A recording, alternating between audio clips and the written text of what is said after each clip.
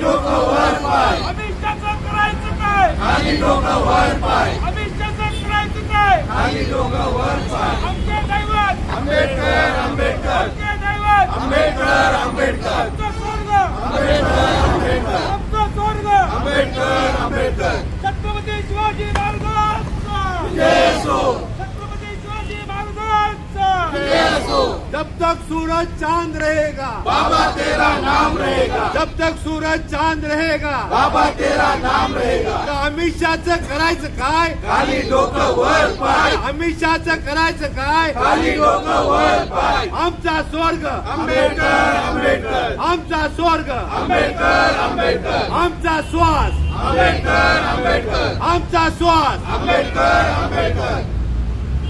निकाजी साहेब तसेच महिला प्रदेश अध्यक्षा आदरणीय सुनीताई चव्हाण यांच्या आदेशाने आज नवी मुंबई जिल्ह्याच्या वतीने या सेक्टर 17 शिवाजी चौकामध्ये अमित शहा या व्यक्तीने म्हणजे त्याच्या तो ज्या पदावरती आहे ना त्या पदाचं खरंच खूप आदर करतो, कारण त्याला एवढं माहीत आहे की संविधानाने त्याला त्या पदावरती बसवलेलं आहे. तर त्याला अक्कल असेल का नसेल काय माहिती नाही, पण त्या अमित शहाच्या या माणसाचा ताबडतोब पंतप्रधान, देशाचे पंतप्रधान आणि राष्ट्रपतींनी त्याचा ताबडतोब राजीनामा घ्यावा व त्या व्यक्ती त्या पदावरती बसायच्या लायक नाही.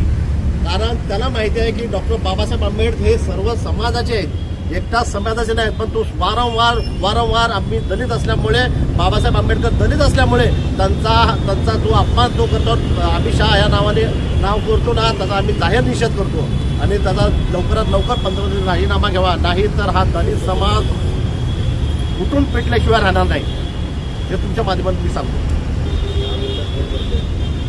संसदेमध्ये देशाचे गृहमंत्री अमित शहाजी यांच्या मनातला असलेला मनुवादी वृत्तीचा जो प्रकार बाहेर येऊन त्यांनी भारताचे संविधानाचे शिल्पकार परमपूज्य डॉक्टर बाबासाहेब आंबेडकरांबद्दल जो अवमान केला त्याचा निषेध करण्यासाठी आज आम्ही रिपब्लिकन पार्टी ऑफ इंडिया हे नवी मुंबईतर्फे इथे छत्रपती शिवाजी महाराज चौकात जमून त्यांच्या त्या वक्तव्याचा जाहीरपणे निषेध आज आम्ही नोंदवलेला आहे शांततेपूर्वक.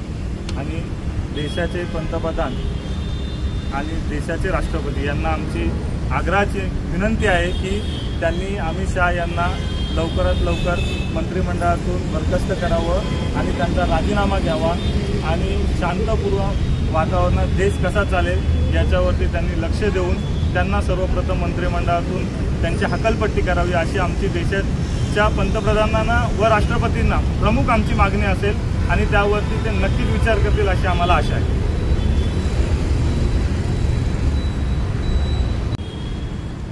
रिपब्लिकन पार्टी ऑफ इंडिया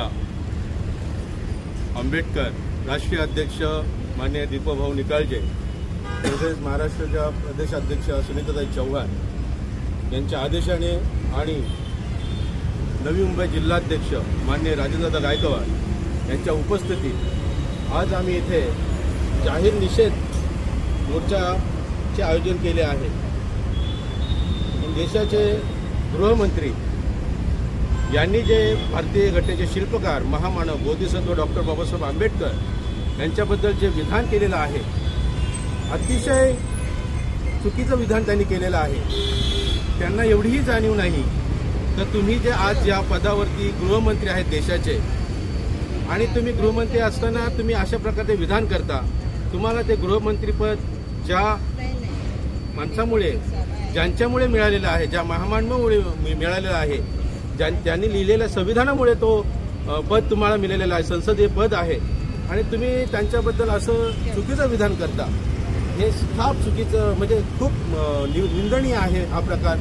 आणि बीजेपी सरकारमध्ये असे प्रकार महाराष्ट्रामध्ये भारतभर चालूच आहेत. संविधान कधी जाळतायत, कधी दलित मागासवर्गीय बहुजनांच्या वरती अत्याचार होत आहेत आणि या सगळ्या वृत्तीतून एक बीजेपीचं जे कोणती ॲक्च्युली तुमचा जो अजेंडा आहे तो बाहेर पडत आहे. आमची तात्काळ मागणी आहे प्रधानमंत्री साहेबांकडे की ज्या पद्धतीने त्यांनी जे विधान केलेलं आहे त्यांची मनोवृत्ती मनुवादीपणा हा बाहेर पडलेला आहे आणि तुम्ही तात्काळ त्यांचा राजीनामा घ्यावा, नाहीतर हा पूर्ण बहुजन समाज केवळ आंबेडकर नाही, कारण तर भारतीय घटनेच्या माध्यमातून सगळं येथील सगळे असतील, पुरुष असेल, स्त्री असेल आणि सर्व प्रशासकीय सेवेतील लोक असतील, सगळे जनता यांना अधिकार प्राप्त झालेले आहेत, त्यांना स्वातंत्र्य प्राप्त झालेलं आहे. तुम्हाला चालण्याचा, बोलण्याचा, मिरवण्याचा, फिरवण्याचा हा अधिकार प्राप्त झाला. कोणामुळे? तर आमच्या तुमच्या बापामुळे. बापाचं नाव काय? डॉक्टर बाबासाहेब आंबेडकर. आणि या संविधानामुळे तुम्हाला सगळं मिळतं. आणि मग तुम्ही काही बरकळत राहणार, तुम्ही काही चुकीचं विधान करत राहणार, तर हे चुकीचं आहे आणि हे आम्ही खपून घेणार नाही. येत्या काळामध्ये त्यांच्यावर तात्काळ कारवाई व्हावी. जर कारवाई झालीच नाही तर हा पूर्ण बहुजन समाज त्यांच्या विरोधात पेटून उठेल आणि याला जबाबदार फक्त बीजेपी सरकार असेल, पंतप्रधान असतील.